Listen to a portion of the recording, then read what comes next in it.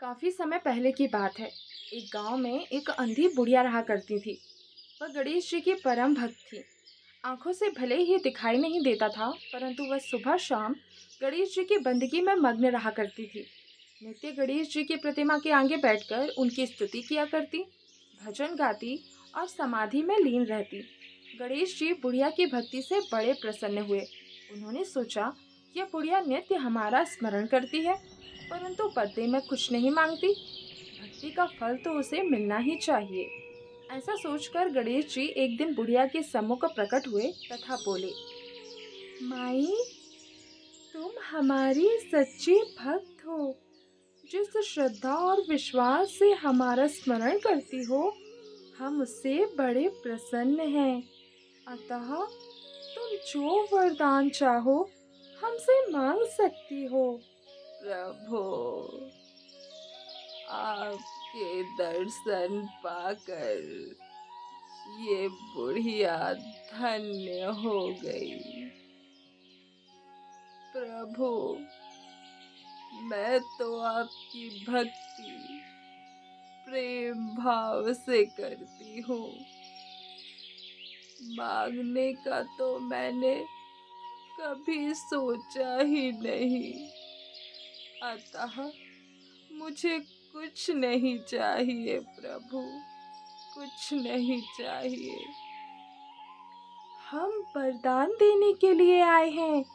हे सर्वेश्वर, मुझे मांगना तो नहीं आता, परंतु अगर आप कहें तो मैं कल मांग लूं। तब तक मैं अपने बेटे और बहू से भी सलाह मशवरा कर लूंगी। गणेश जी कल आने का वादा करके वापस लौट जाते हैं। बुढ़िया का एक पुत्र व बहू थे। बुढ़िया ने सारी बात उन्हें बताकर सलाह मांगी। माँ, तुम गणेश जी से ढेर सारा पैसा मांग लो। हमारी गरीबी भी दूर हो जाएगी और हम सब सुख चैन से रहने लगेंगे। नहीं नहीं माँ, आप एक सुंदर पोते का वरदान मांगे। वंश को आगे बढ़ाने वाला भी तो चाहिए ना। बुढ़िया बेटे और बहू की बातें सुनकर असमंजस में पड़ जाती है। उसने सोचा, ये दोनों तो अपने अपने मतलब की बातें कर रही हैं। बुढ़िया ने पड़ोसियों से सलाह लेने का मन बनाया। पड़ोसन भी नेक दिल की थी। उसने बुढ़िया को समझाया, माँ जी, आपने अपनी सारी जिंदगी तो दुखों में काटी है। अब तो थोड़ा जीवन बचा है, वह तो सुख से व्यतीत हो जाए। धन और पोते का आप क्या करोगी? अगर आपकी आंखें ही नहीं रही तो ये सांसारिक वस्तुएं आपके लिए व्यर्थ हैं। अतः आप अपने लिए आंखें मांग लो। बुढ़िया घर लौट आई। बुढ़िया और भी सोच में पड़ गई। उसने सोचा, ऐसा क्या मांग लूं जिससे मेरा बेटा, मेरी बहू और सबका भला हो। लेकिन ऐसा क्या हो सकता है? इसी उधेड़ बुन में सारा दिन व्यतीत हो गया। बुढ़िया कभी कुछ मांगने का मन बनाती तो कभी कुछ, परंतु कुछ भी निर्धारित न कर सकी।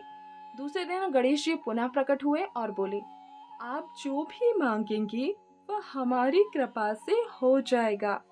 ये हमारा वचन है। गणेश जी के पावन वचन सुनकर बुढ़िया बोली, हे गणराज, यदि आप मुझसे प्रसन्न हैं तो कृपया मुझे मन इच्छित वरदान दीजिए। मैं अपने पोते को सोने के गिलास में दूध पीते देखना चाहती हूँ।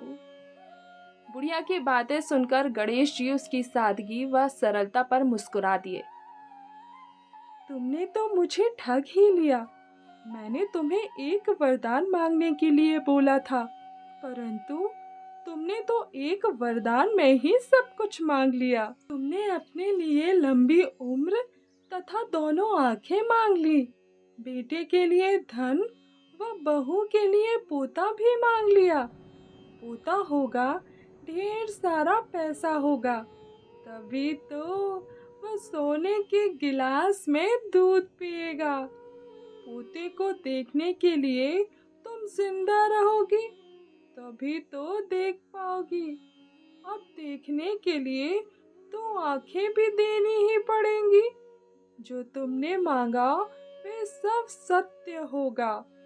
यूं कहकर गणेश जी अंतर्ध्यान हो गए। कुछ समय बाद गणेश जी की कृपा से बुढ़िया के घर पोता हुआ, बेटे का कारोबार चल निकला तथा बुढ़िया की आंखों की रोशनी वापस लौट आई।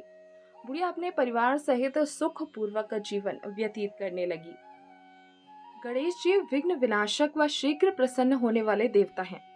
अगर कोई सच्चे मन से गणेश जी की वंदना करता है तो गौरी नंदन तुरंत प्रसन्न होकर उसे अपना आशीर्वाद प्रदान करते हैं। वैसे भी गणेश जी जिस स्थान पर निवास करते हैं, उनकी दोनों पत्नियां रिद्धि और सिद्धि भी उनके साथ ही रहती हैं और उनके दोनों पुत्र शुभ और लाभ का आगमन भी गणेश जी के साथ ही होता है। कभी कभी तो भक्त भगवान को असमंजस में डाल देते हैं। पूजा पाठ व भक्ति का जो वो वरदान मांगते हैं वह निराला होता है।